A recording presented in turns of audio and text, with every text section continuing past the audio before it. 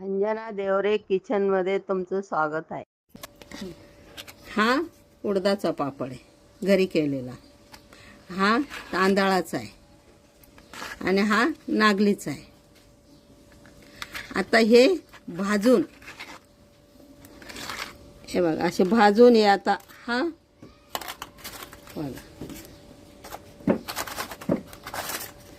हा नागलीचा भाजला बघा छान चुलीवर, आणि हा तांदळाचा, आणि हा आता हा चुलीवर आहे बघा असे भाजायचं कोळशावर। पापड तळण्यापेक्षा ना कोळशावर भाजलेलं छान लागतं।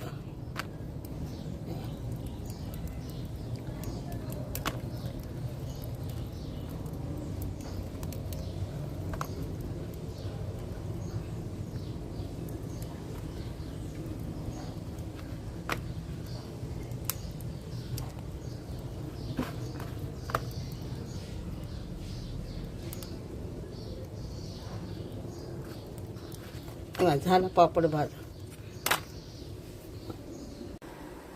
हे उडदाचे पापड आणि हे तांदळाचे पापड आणि हे नागलीचे पापड, हे असे पापड करायचे आणि चुलीवर भाजून डबा भरून ठेवायचा, पाहिजे तेव्हा खायचं। सुंदर लागतं, एक नंबर चव।